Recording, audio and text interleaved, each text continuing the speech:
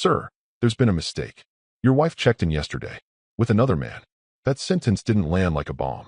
It landed like a needle, small, precise, and instantly fatal. I was standing by the window of room 508, sipping burnt hotel coffee while reviewing pitch slides for a client I barely cared about when the phone rang. A polite chime, a cheerful voice, then that sentence. I actually laughed. Not because it was funny, because it was absurd. That's impossible, I said.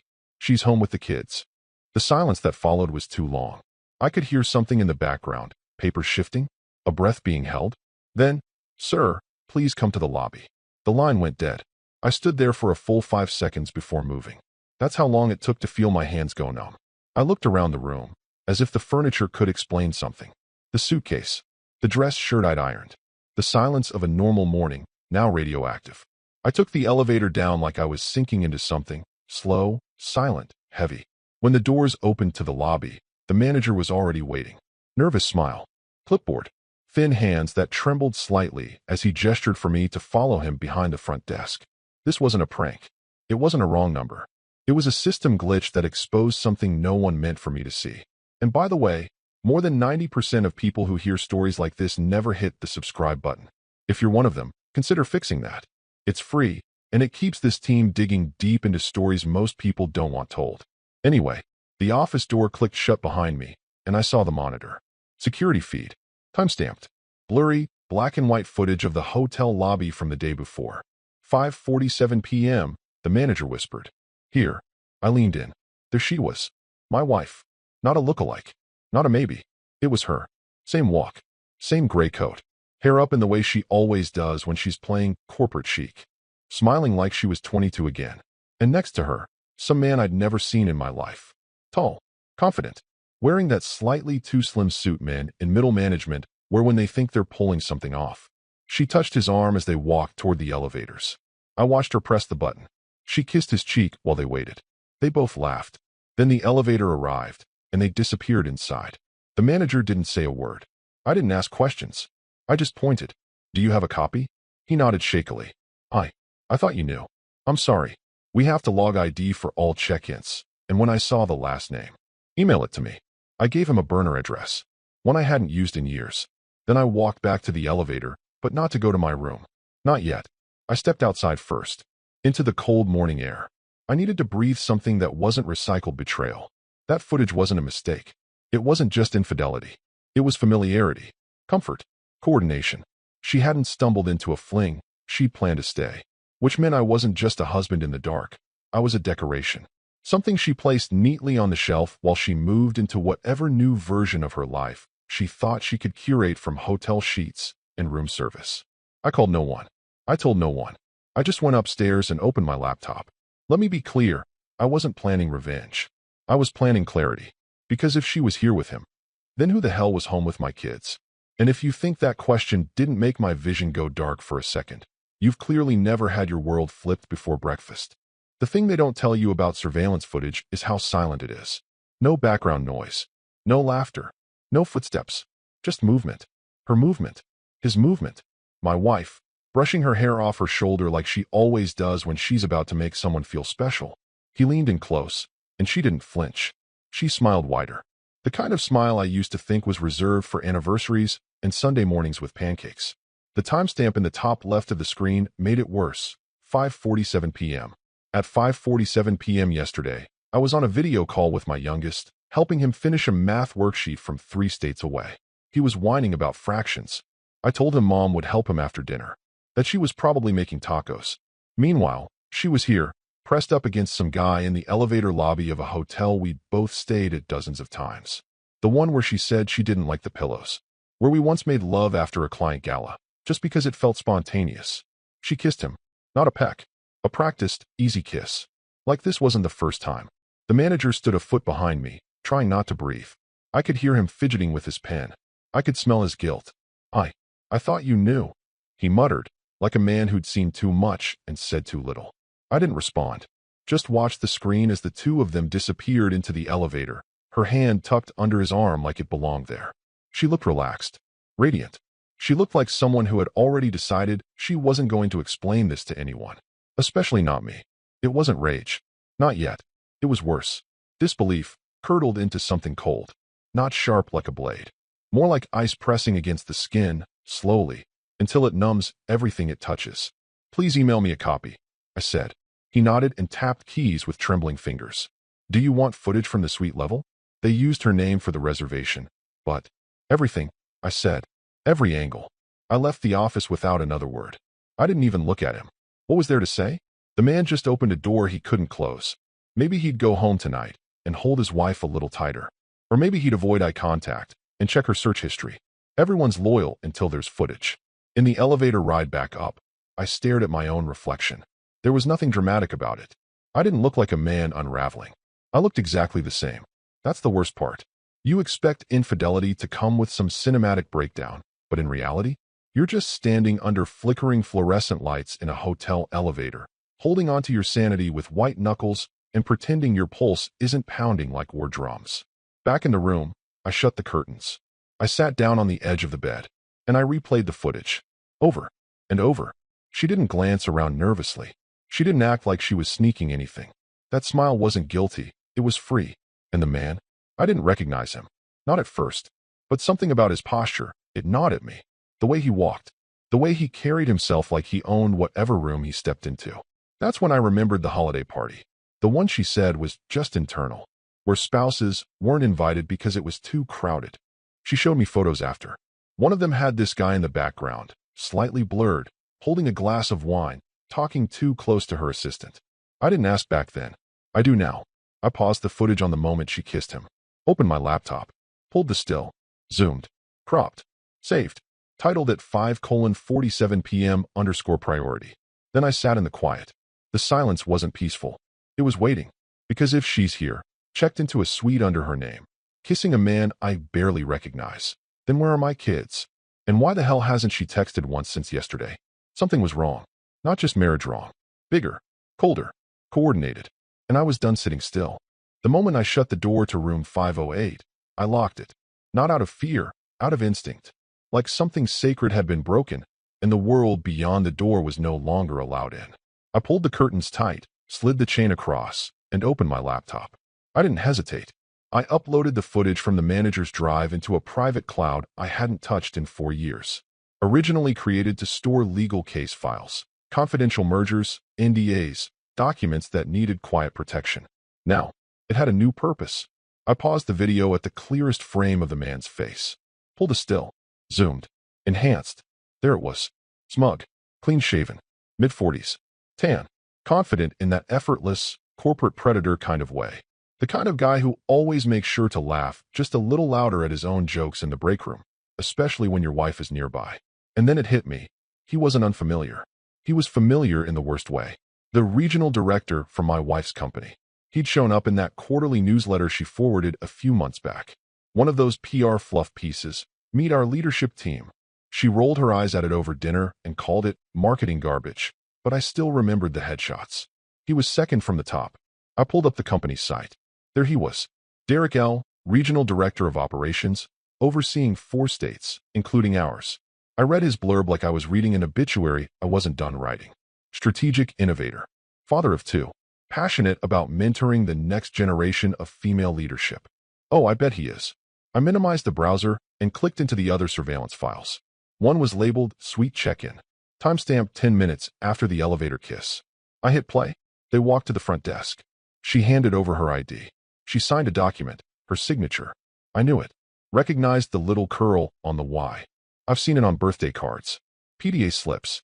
Mortgage papers. The man, Derek, stood close behind her, hand grazing her lower back. No hesitation. No secrecy. Like this wasn't his first time sliding in behind someone else's wife. The desk clerk smiled. Typed. Handed over a keycard folder. 2 cards inside. Then came the tell. She gave one to him without looking. Not a courtesy. Not a joke. Routine. He pocketed the card. She kissed his cheek again. The camera didn't show them walking toward the elevators this time. But it didn't need to. She had checked in using her own name. Booked the suite with our credit card. Yes, the corporate travel one I set up for her 5 years ago. I opened the bank app. Searched by location. There it was. Pending charge. $418.72. Executive double suite. Check-in. Yesterday. She hadn't even tried to hide it. There's a difference between a spontaneous affair and a logistical betrayal. One is selfish. The other is strategic. This wasn't lust. This was planning. And it wasn't just betrayal, it was arrogance. She assumed I'd never find out. That I was too far away, too distracted, too trusting. She counted on me being dependable. And dependable men get cheated on quietly. I sat back in the chair, fingers steepled under my chin. My face was calm, but my chest was tight with a heat I refused to let erupt. Rage is useful only when it's aimed properly. Otherwise, it's just noise. And I was done being noise in her life. I opened a new encrypted folder, named it primary_evidence, dragged in the photos, the video files, the credit card record. Then I started a log. I've built cases before. Watched lies collapse under the weight of well-organized facts.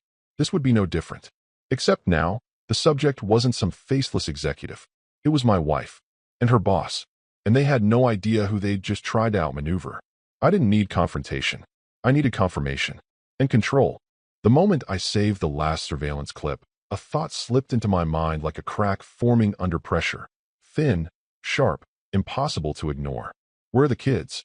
I hadn't talked to them since yesterday afternoon. Just a short video call with our youngest while he tried to explain a volcano project for school. He'd been distracted, grinning, hyped about something in the background I couldn't see. I assumed it was his sister messing around off camera. I remember thinking I'd call again in the evening, but I didn't. I got distracted with emails, then fell asleep early after a long pitch session. No big deal. Until now. I picked up my phone and texted my mother-in-law. Me? Everything okay at home? The reply came in seconds. Her? With the kids? I assumed they were with you too at the retreat. I stared at the screen. Retreat? I called her. She picked up instantly, already sounding confused. Is something wrong? I thought you were all at that leadership retreat thing. Emily mentioned it last week, said it was last minute, that you'd be tied up but the kids would get to tag along. I felt my voice flatten. I'm not at a retreat, Diane. I'm on a business trip. Alone. Silence. Wait, so the kids aren't with you? No. They're supposed to be home. She paused, then muttered, Oh my God. I hung up. The school was next. I dialed the front office. Used my dad voice, the one that doesn't explain, doesn't joke, just asks. Hi. Can you confirm if either Mason or Ellie were at school yesterday? The woman hesitated. Clicked keys. Then, no, neither were marked present yesterday or today. Sorry, I assumed it was a family trip. We weren't informed. I nearly dropped the phone. My hands were sweating. Not from fear, yet, but from the unmistakable knowledge that something was very wrong. I called the babysitter, Claire. 17. Sweet kid. Loves the kids. Watches them every other weekend. She picked up, sounding rushed. Oh hey, I didn't expect you to call. Everything okay? Where are the kids, Claire? A pause. Too long. They're with that family friend at the lake house. Remember? The one your wife said she booked last minute. I need an address. Now. I don't know it. She just said it was about 2 hours north. Gave me a pin to drop them off at. I figured it was a vacation thing. They seemed really excited. Claire, did you see this lake house? No. It was late. She had me meet a driver at that gas station off Route 11. Said he'd take them the rest of the way. My stomach twisted. What did the driver look like? I don't know, maybe late 30s? Hat, sunglasses. SUV. She said it was someone from Derek's team. There it was. I hung up. My wife had orchestrated a handoff, involving my children, to a location no one could name, with a man I didn't know, under the direction of the same guy she checked into a hotel with. That wasn't a weekend getaway. That was a removal. She didn't just cheat. She moved the pieces like someone anticipating fallout, as if she knew there'd be no way to explain this if I saw it. So she made sure I wouldn't, until it was too late. I opened a private GPS tracker account I hadn't used in months, one I installed on the kids' iPads years ago after a camping scare when Ellie wandered off. I pinged both devices. No signal, either powered off or out of range. I stared at the screen, pulse in my throat. My daughter doesn't go an hour without watching her stupid drawing videos. My son lives on games. They were never offline, unless someone made them be. And suddenly, every single piece of this wasn't about betrayal anymore. It was about custody, control, containment. I opened a new document, titled it Child Transfer Incident. I logged every call, time-stamped each conversation, listed every detail. No school attendance, no known location, false information given to family and sitter. I saved it in the evidence folder, red flagged it. Then I sat on the bed, hands clasped, breathing shallow. My wife had moved the children without notice, left no contact trail, and lied to everyone. I wasn't watching a marriage fall apart. I was watching a campaign being waged. And now, it was my move. I sat at the desk in room 508, staring at the slow blink of the laptop's cursor like it owed me an answer. The footage, the check-in documents, the school records, the tracker pings, all of it stacked neatly in folders, named clinically, like I was prepping for trial. Because I was. She didn't know it yet, but I'd stopped being her husband 2 hours ago. I picked up my phone and scrolled to a contact I hadn't touched in years. Greg Leland, law school roommate, now a corporate attorney in New York. We used to joke that he'd end up defending war criminals, and I'd end up suing God. Instead, he'd carved out a niche doing internal compliance and background sweeps for billion-dollar firms. And most importantly, he owed me. I'd taken the fall for a bar exam prank he orchestrated. Saved his career. Never asked for repayment. Until now. I called. He picked up after 2 rings, his voice still fast and cocky. If you're calling from a jail cell, I swear I'm not bailing you out. Greg, I need a favor. Quiet. Fast. Off the record. Silence. Then, a shift in his tone. What's going on? I just sent you a file. Check your private email. Subject, Derek L. Priority. More silence. Clicking. All right, got it. Who's this guy? My wife's regional director. I need everything. Employment record, marital status, HR complaints, financial dirt if you can find it. And I need it clean. No flags. You think he's dirty? I think he's in my hotel room suite with my wife. And my kids are missing. That got his full attention. Jesus. Okay, give me 3 hours. I'll give you 2. I hung up. The room was quiet again. Just the low hum of the mini fridge. Somewhere down the hall, a vacuum started up. Mundane hotel sounds. Like the world was still pretending everything was normal. I didn't sit. I couldn't. I paced. I checked the footage again. I zoomed in on every movement, every glance she gave him. I tried to see some flicker of doubt in her eyes. Nothing. She looked happy. Worse, she looked sure. I opened my email to draft something. Anything. To get ahead of what was coming. Maybe send a formal custody notice. Maybe prep a preemptive HR claim myself. But I stopped halfway through typing. Because Greg called back. 84 minutes. That's all it took. You were right to call, he said. The guy's name is Derek Langley. Married. 2 kids. Lives in Boulder. Wife's name is Rachel. Been together 15 years. He paused. But here's the kicker. He's already under HR investigation. 2 separate complaints filed in the past 6 months. Both junior employees. One of them from your wife's office. My jaw clenched. Filed or buried. Still under review. But from what I pulled, the complaints include inappropriate comments, excessive attention, and something about a closed-door mentoring session that crossed lines. Of course, he wasn't a new player. He was a serial operator, the kind of guy who weaponizes position, credibility, and plausible deniability. And my wife? She was either his newest target or his co-conspirator. Anything else? His financials are solid. But there's a pattern. He uses personal credit cards to book work trips, then gets reimbursed. Skirts some of the reporting structure. HR hasn't nailed him yet, but they're looking. This little weekend rendezvous of his. It'll light a fire. I nodded, eyes locked on the still image of Derek's smug grin in the suite lobby. Thanks, Greg. You just gave me everything I needed. Are you going to file something? Not yet. A pause. You okay? No. I hung up. I wasn't okay. But I wasn't broken either. I wasn't the only one she was lying to. This wasn't just infidelity. It was part of a rot bigger than our marriage. Bigger than one hotel weekend. It was leverage now. A pattern of abuse, misconduct, and deception wrapped in company logos and business class travel. They were sloppy. And I was patient. I opened a new folder. Named it. Langley_conflict_record. Then I dragged in Greg's email. Screenshotted the call log. Labeled it. I wasn't a husband anymore. I was a strategist. And the next move wasn't emotional. It was surgical. I didn't sleep. Not because I was consumed by rage or heartbreak or any of those theatrical emotions people write about in novels. No, I didn't sleep because I wasn't done building yet. Some men explode when they're betrayed. I document. At 3:14 a.m., I turn on my old ThinkPad. Yes, the clunky one with the duct tape on the corner and the paranoia kit, loaded in a folder labeled tax receipts. Years ago, after a security breach at work that nearly cost us a major merger, I started logging shared cloud devices, phones, tablets, laptops. At first, it was just precaution. Then, after my wife's second weekend work retreat, turned out to be an Instagram story slip-up involving cocktails and someone else's wristwatch. I expanded the coverage. I never told her. Why would I? She said I was too controlling whenever I asked where she was, and it was easier to be labeled paranoid than be proven right. So I smiled, nodded, and let her connect all our devices to the shared iCloud so we could send photos of the kids easier. She forgot all about it. I didn't. The app was old, slow, but functional. I punched in the encryption key. It pulled the logs. Her iPad had auto-synced at 11:47 p.m. last night. From this hotel's Wi-Fi. 6 photos. I opened them one by one. The first, a champagne toast in bed. 2 glasses. His and hers. Her painted nails. No wedding ring.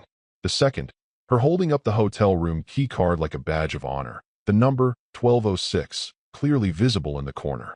Her smile wide, rehearsed. The kind she gives when she thinks no one's watching who matters. The third one made my stomach flip, not from pain, but from the sheer audacity. She was laughing, really laughing. That deep, head thrown back kind of laugh I hadn't seen since our 10th anniversary. Her hair was down. She wore that navy silk robe I bought her on a layover in Milan. Around her neck was the sapphire pendant I gave her the night we paid off the house. And resting comfortably on her thigh was his hand. Visible, possessive, like they weren't even pretending anymore. I sat back, exhaled. Still no rage, just clarity. Because now it wasn't just footage. It wasn't just suspicion or innuendo, or maybe it's not what it looks like. It was what it looked like. And I had a timestamp, a face, a location, and a physical item, my gift, used as the centerpiece in a scene of betrayal. She didn't just cheat. She documented it. I copied the files into the encrypted drive, added metadata tags, sapphire_necklace, sweet_photo, champagne_toasts. I ran a GPS match on the photo data, confirmed, geolocation pings from inside the hotel.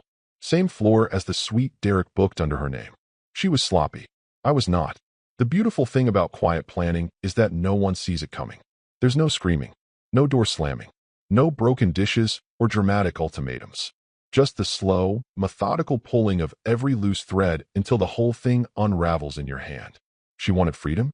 She just gave me custody, asset control, and public narrative, all wrapped in JPGs with built-in EXIF data. I opened a new folder, Personal Device Sync, NOV_508. Dragged the photos in, cataloged them. Then I opened our shared Google Calendar. There, still visible, was an upcoming couples retreat next weekend. She'd booked it months ago, wanted to reconnect. I remember smiling when she showed me. She called it a fresh start. She was using it as cover. Another tab, her email drafts. She didn't log out. Amateurs never do. A partially written message to someone named Rachel, subject line, I can explain.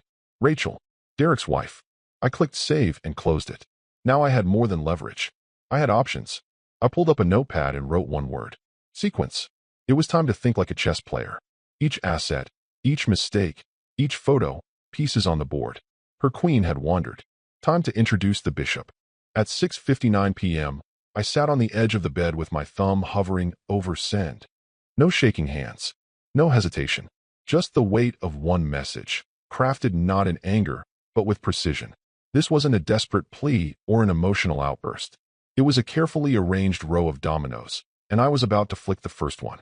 The recipient, Andrew Holloway, Senior VP, Eastern Division. My wife's boss's boss. A man who, according to his company bio, takes integrity seriously. A man who had been quoted in an HR training video saying, "Protect the culture or step aside." Perfect. The text was short, surgical. Thought you'd want to know who your regional director is traveling with, and whose name is on the suite. Below it, a clean PDF bundle. I titled it Langley_compliance_trigger.pdf. Inside, still shots of Derek and my wife kissing at the elevator. Her signature on the check-in log. The hotel reservation under her name. HR complaint summary Greg had pulled, complete with case numbers and internal review status. A photo of the room key. The champagne in bed photo with her necklace, timestamped, geotagged.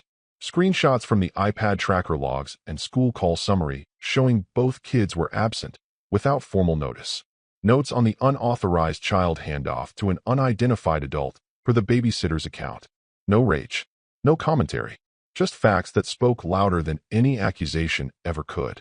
I hit send at exactly 7:05 p.m. Then I put the phone down and walked to the window. Drew the curtains back. watched the amber glow of the street lamps stretch across the parking lot. Something subtle shifted in the air. Not like thunder rolling in. More like the moment right before a scalpel cuts. Clean. Controlled. I wasn't nervous. I was ready. This wasn't about revenge. Not really. It was about showing them, both of them, that the man they sidelined wasn't asleep. I'd been quiet, sure. Polite. Predictable. But predictable is only dangerous when it's also patient. Within 10 minutes, the read receipt confirmed it. Hey, Holloway opened your message. 7:10 p.m. The chain reaction had begun. And the best part? I wasn't even in the room anymore. I let that message do what it needed to do. Let it circle corporate channels like a shark sniffing blood. HR would get involved. Legal. PR. Maybe even risk and compliance if they had any brains left in that company. Because this wasn't just about workplace misconduct anymore. It was about exposure, scandal, liability. Let's see how committed they were to mentoring the next generation of female leadership now. I knew how these corporate organisms worked. I designed policies like the ones Derek had just tripped over with his dick. There's always a point where the system stops protecting you and starts protecting itself.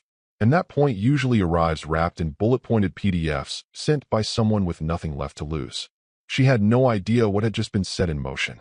And the beauty of it? She wouldn't hear it coming. She'd feel the tremors first. A meeting that gets rescheduled.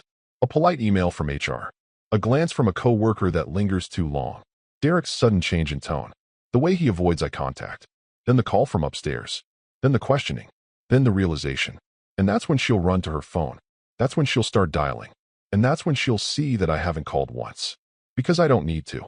I'm not in the conversation anymore. I am the conversation. At 10:11 p.m., the hotel phone rang again. Same front desk voice. A little more nervous this time, like they'd been pulled into something bigger than they signed up for. Sir, they're asking for you at the bar. A woman and a man with her. Should I tell them you're unavailable? I didn't hesitate. Tell her. I'll meet her at 9 a.m. Conference room C. Click. I stared at the ceiling for a while after that. Not because I was uncertain. I was just conserving energy. You don't storm into a war room with adrenaline.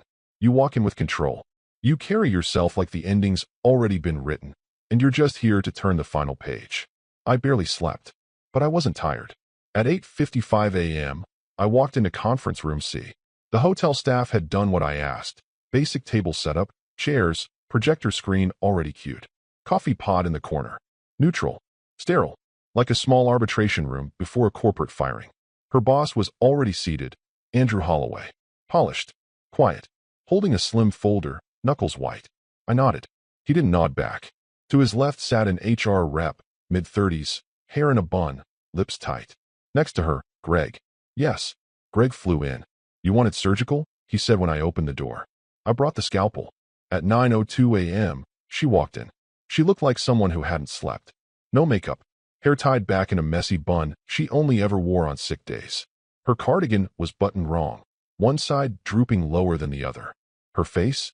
Pale, lips dry, hands fidgeting with the strap of her purse like a student who knows the test is coming and studied the wrong material.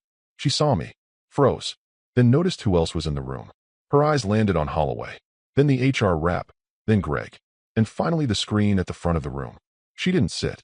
I motioned to the chair opposite mine. You should sit. I don't understand what. I didn't raise my voice. Play the video. Greg tapped his laptop. The room dimmed slightly as the footage lit up the screen. First clip, the elevator. 5:47 p.m. Her kissing Derek's cheek, smiling like she'd just won something. Second clip, front desk check-in. Her signature. Room key handed over. Third clip, the suite hallway. The mentoring. Door closing. Fourth, the champagne photo. Her necklace. His hand. The laugh. The room was silent. Even the coffee pot seemed to hold its breath. She didn't cry. Not yet. She just watched, lips parted, chest rising and falling faster than before. Her hand gripped the table edge like it might float away if she let go. When the video stopped, no one spoke. Then her boss, calm, brutal, said, "Effective immediately, both of you are on leave. An internal investigation will proceed. Legal will follow up." She turned to me then. Finally, voice barely above a whisper. "Please don't do this." I looked at her, not as a husband, but as a man reading a resume full of lies. I didn't yell. I didn't smirk. I didn't flinch. You already did. Then I slid a folder across the table. It landed with a soft thump in front of her. Inside, separation terms. Custody structure. Asset division. Non-disclosure clause. Her hands trembled as she opened it. You planned all this, she whispered. No, I said, standing slowly. You planned this. I just responded accordingly. Greg stood too. If you'd like a separate legal counsel, we're prepared to pause this discussion. But everything you see there is pre-validated and admissible. She looked like she might vomit. Her boss stood last. We'll have someone from Risk contact you this afternoon. I suggest you cooperate fully. I nodded to the HR rep, then to Greg. Walked out without a word more. Behind me, I heard her voice crack. Not in rage. Not in denial. In realization. Because she didn't walk into a meeting. She walked into the mirror she thought would never reflect her back. And now the reflection was permanent. She stared at the folder like it might bite her. Just the sight of it. Legal blue cover, heavy clasp, my name on the tab, seemed to drain what little color remained in her face. You all ready? She whispered. I didn't blink. Clause 4 covers the children. Clause 9 covers the house. She didn't reach for it. She didn't even breathe. Just sat frozen, eyes flicking between the document and my face like one of them would offer a lifeline. Let me tell you something about silence. It's not empty. Not when it's earned. This wasn't the silence of awkwardness. This was the silence that comes after a long, deliberate countdown, right before everything explodes. Except there would be no fireworks. No yelling. Just consequences. Her boss cleared his throat. We'll handle internal matters, he said, voice flat, clipped. Effective immediately, you're suspended pending investigation.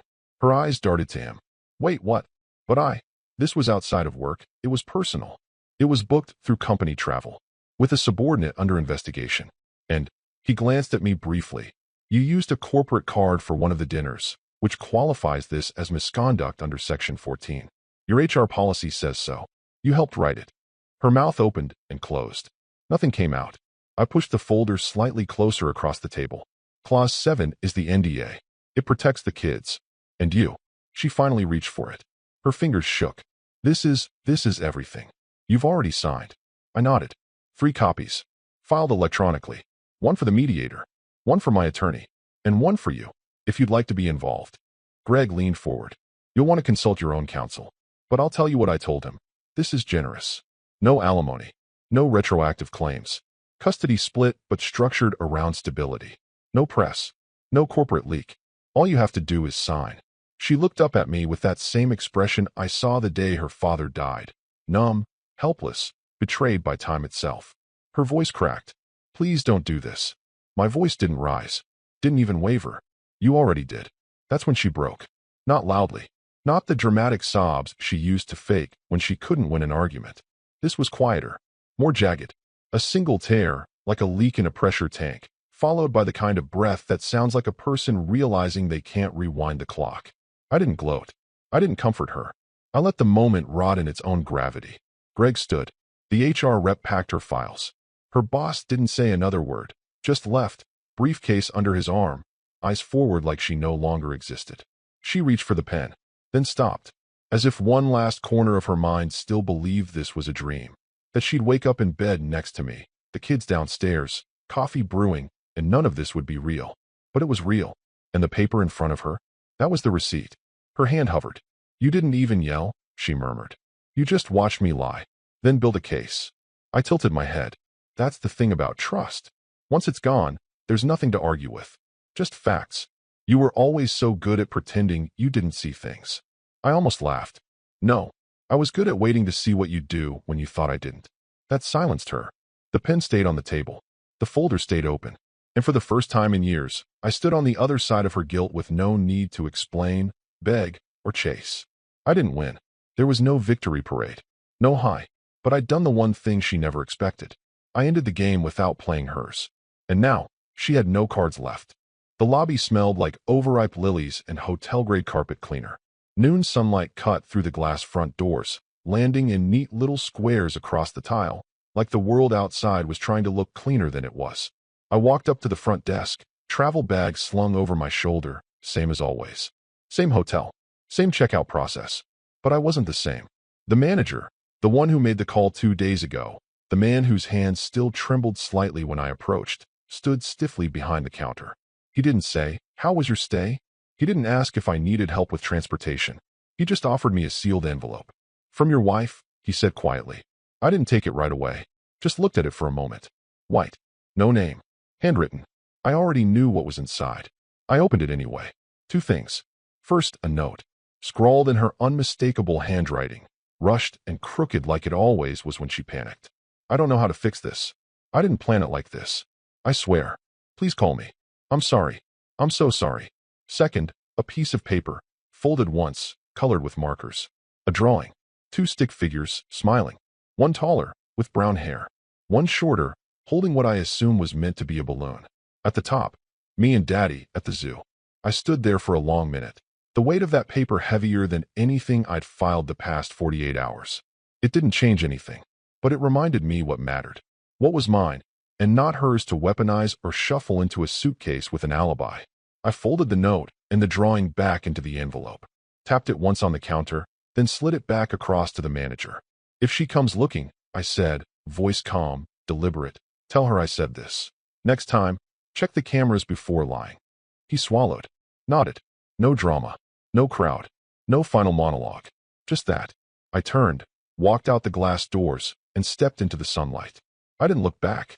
Not at the building, not at the desk, not at the corner where she kissed him in the footage I'll never need to watch again. I walked to the car I rented under a different name. No music, no GPS, just the hum of quiet freedom. It wasn't happiness, not really, but it was clarity. And that, in the end, was worth more than any apology she'd scribble on hotel stationery. She could keep the envelope. I'd keep the truth.